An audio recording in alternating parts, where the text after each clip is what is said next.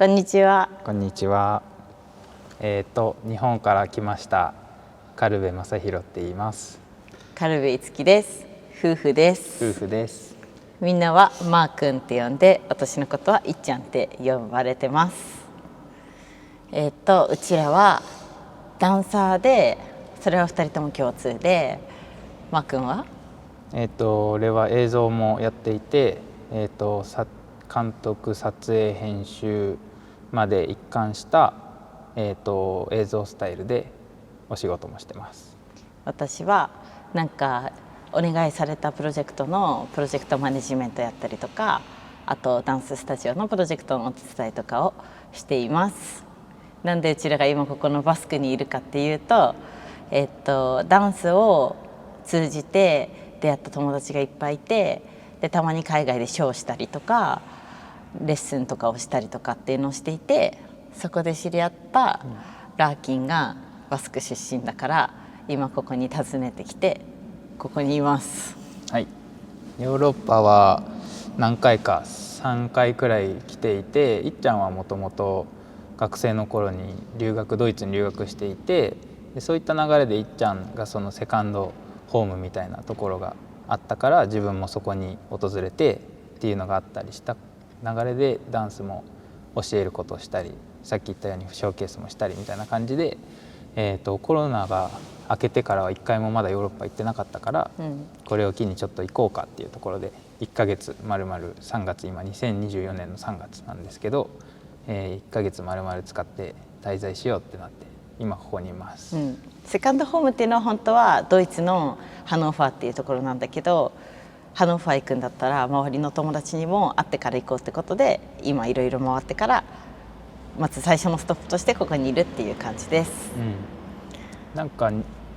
ここのバスクに限った話で言うと、それこそラーキンからいろいろ話を聞いたり、街を歩いたり、街の人たちを見てたり生活を見てたりする中で、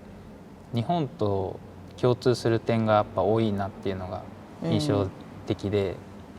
でそれはなんか日本はもちろん島国だからこう海に囲まれてて、歴史的にやっぱり海外のものが他の国に比べて入りづらいっていうところがあって、バスクも山脈に囲まれてたから、こう人々の交流が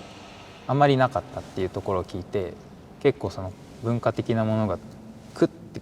凝縮されてるというか、濃縮されてるというか、そういうのが一緒だな。でそのカルチャー自体もどっかちょっと似てたり、建物もなんか神社っぽいものがあったりとか、なんかそういうのがたったまだ2日目3日目とかだけど見れて、なんか面白いなっていうふうに見て回ってます、今は。でも日本とバスクのなんか大きな違いとして、こう文明が入ってきた時にいろいろなものが、その島国だったらあまりこうさらされる、こう持ってかれるものが少ないけど、バスクは山脈陸続きだから、そういう文明が入ってきた時に文化だったりとか言葉だったりとかっていうのがこう減少しつつあるっていうのを聞いて、ああなるほどな、難しいよねっていう気持ちになりつつ、そんな話をしてました。やっぱり海外に行くとこう日本人とはとかっていうことに結構考えることが多くあったりして、日本人とはというか自分のアイデンティティについて改めて考えるみたいな機会が多くて、それはもちろん人としてもそうだし、自分たちがやってるダンスっていうところもやっぱりそうで、こうまだバスクのダンスコミュニティっていうところはあれだけど、生活からこう流れで自分たちの日本人としての生活とか暮らしとか、そういうところをこう改めて考え直すというか、見つめ直してみたりとか、ダンスについても多分これから他の国もあった時にもっとダンスをしていくんだけど、この旅の中でまた改めて自分のダンスについて考えたりとか、ダンスコミュニティについて考えたりとかすると思うから、そこら辺が今回の旅でいうと楽しみだし、そういうなんかいろんな国行っていろんなものを感じてからこそ日本でできることっていうのもいっぱいあって、それで言うとちょうどうちらは普段の生活的にはレギュラーレッスンを日本で週私は3回の5本かな。マークもそういうような感じでやってて、で間の日は他のことをやるっていう暮らし方をしてるんですけど、レギュラーレッスンの、多分自分たちはそんなにこうダンサーとしてフルフルで働いてるわけじゃないから、このダンスレッスンしてなんか他のバックダンサーみたいなお仕事してっていう感じじゃないから、だいぶ自由だよね。だいぶなんだろう、他の人と比べると自由な暮らしっていうか暇？フレキシブルな暇な言い方を変えるといろいろな言い方は多分できるんだけど、でもそれであってもやっぱりなんか東京っていうのは忙しくて、なんか電車とか乗っててもみんな携帯にこうなってて疲れてる感じだったりとか、ちょっとなんか人と距離が遠い感じとかっていうのを感じて、なんかそういう面では寂しいなっていうのを思うから、ダンスコミュニティでも人と人がつながる機会があったらいいなっていうことで、そういうイベントとかをやったりしてて、ちょうどここに来る本当2日前にコミュニティデーっていうイベントをやって、なんか自然の中でとりあえず踊ってご飯食べて楽しもうみたいなイベントをやってから来て、でそれもこう海外回っていろんなコミュニティを見てる中で、なんかお互いに声を掛け合ったりとか、なんか自分のダンスとは自分とのダンスの向き合い方とはみたいなのを考える機会ってやっぱり日本にもあったらいいよねっていうところで、そういう企画が始まったから、今回どういうことをなんか感じて帰るか分かんないけど、それをまたこう日本に持って帰って還元して、なんか新しいものにつながったらいいなっていうのは毎回あるよね。基本的に人がやっぱり好きなんで、人の好きのこう好き方好きの好き方日本語わかんないけど好き方が多分違くて、いっちゃんはもっとこういろんな人をすごいこう渦を作って巻き込んでわーっていくタイプで、自分はこうある程度人がこういる中で、その渦がこう起こってるのを自分自身も体験しながら、でもちょっとだけ引きながら全体を見て、その渦をああいいなって思いながら見るのが本当に好きなタイプで、だからなんかこういっちゃんがこう渦を起こして、でそれを自分がどうこの渦をキープさせるかとか、なんかよりこの渦を面白くするかとか長くするかみたいなところが多分好きだし得意だしっていうところで、なんか基本人が好きなんですよね。人が好きで、人が交流する場が好きで、交流してる自分たちもまた好きでっていうのがあるから、多分こうやって旅もし続けてるし、いろんな人と会い続けて、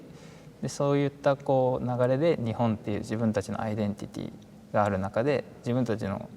こう拠点を置いてるところでどうこの渦を持っていけようかっていうところをやっぱり考えてるのかなって、今旅しながらも思ってます。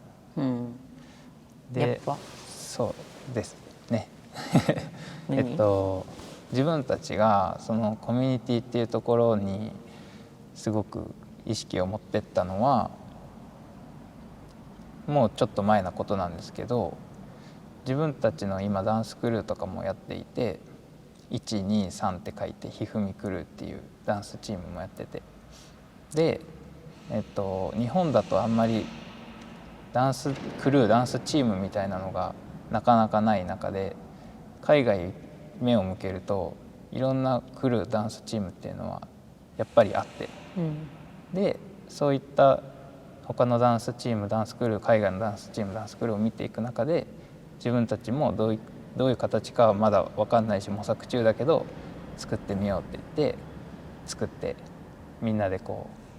う和気あいあいとしながら、でもどうやってこの渦を他の人たちを巻き込んで、ひいては日本のというか東京のダンスシーンに影響を与えられるかなっていうのを考えてもいたりするっていう感じですね、今は。なんかどうしても日本は島国だから、なんか外を見る機会がないと自分たちを外から見るっていう機会もないし、他の国がどういう状況だっていうのも知れないから、自分たちの状況がいいのかもっと改善する余地があるのかとかっていうのがなかなかわからないっていう特徴もあるから、こうやってなんかいろんな国回ったりした時に、あ、そういう形のクルーとかもあっていいんだって思って頑張って取り入れようとするけど、どうしてもやっぱり他にそういう存在がいっぱいいるわけじゃないから、みんなもっと海外も見てみてって思うけど、なんかどうしても国民的にそういうのが難しいし、なんか肌感でコロナ明けてからさ、みんなちょっとお金の使い方にシビアになってきてるっていうか、もちろんなんか今までだったら LA とかに行ってダンスクラス受けていろいろこう学んで帰ってくるっていうのが普通だったけど、今はもうなんか結構携帯の中で済ませられることもあるし、なんか高い投資をして何かを得るっていうハイリスクハイリターンにちょっと足を踏み入れづらいのかなっていうのはあるけど、こうやって20時間かけてドーハ経由してきて、やっぱいろんなものを見たからこそ、なんかこれって日本でも取り入れられるよねとか、日本ってこうだから美しいよねっていうのがどんどん分かる気がして、やっぱりそういうのはあるといいですよね。そう、日本って本当に島国だから、どこまでこう時代がこう先に進んだとしても、やっぱりこの地形っていうのはさすがに変えられないはずで、インターネットとかが栄えたとしても、こうフィジカルでどっかの国に行くっていうことはやっぱり他の陸続きの国と比べるとハンデというか、違いとして絶対にあるから、日本人だってちょっと正確な数字忘れちゃったけど他の国に比べるとパスポート所持率が圧倒的に少ないっていうのがあって、だからやっぱりなんかダンサーとかそういうのに限った話じゃなくて、やっぱり外に行くっていうことのから得る体験価値とかっていうのはすごく大きいしインパクトが濃いから、本当にすべきだなっていうのは思うし、逆にさ、日本にも来てほしいよね。確かに日本にもまあ来てほしいのは確かで、やっぱりそういうなんか時代がどんどん進んで、何か結果のものをハイクオリティなものをしかも最速で手に入れるみたいなのはもう今の時代叶ってるし、どんどんまたそれは加速していくと思うからこそ、なんか何をどういうクオリティでゲットするかじゃなくて、それはまあもちろんいいものはもう手に入るけど、ここのプロセスを自分自身でどう価値を置いてそれをこうなんていうのか得ようとするというか、得たいかというか、プロセスを本当に大事になってくるからこそ、旅ってそのプロセスでしかないと思ってて、なんかもちろんゴール設定した旅もあると思うけど、今回で言うと本当にないじゃない、ただ友達に会ってっていうのがちょっとクロスしてみたいな、っていうのだけで、じゃあその中で自分たちがどう感じるのかなとかっていうのが本当それこそ家庭を楽しみにしてきてるから、そういうのをなんか自分たちの下の世代とかに伝えていきたいし、それはダンスシーンもそうだし、もしかしたらこう人としてのこう世代っていうところ、自分たちが住んでいるところの若い、自分たちもまだ若いけど年取った時の若い子たちに、自分たちの子供世代とか、なんかそういう人、日本人としてはそこはやっぱどうしても土地柄あるから、そういうのを伝えていきたいなっていうのは、日本人としてというか思います。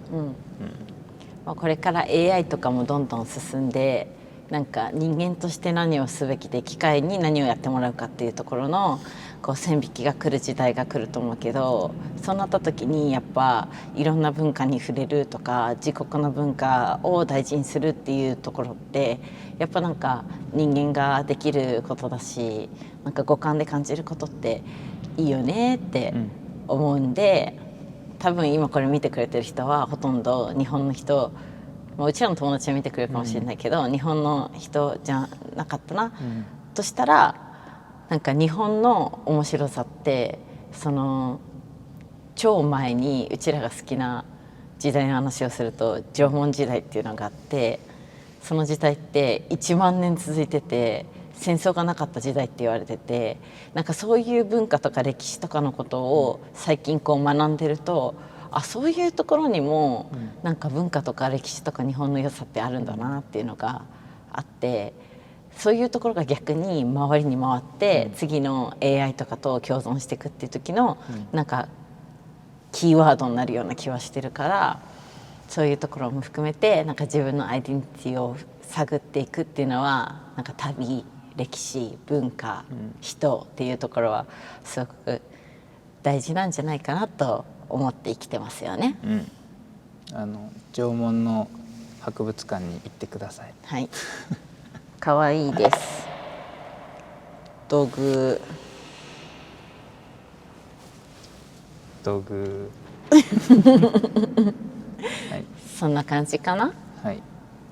日本に遊びに来たらうちらの美味しいものリコメンドリストとかがあるので、いつでも連絡してください。いっちゃんがすごい Google の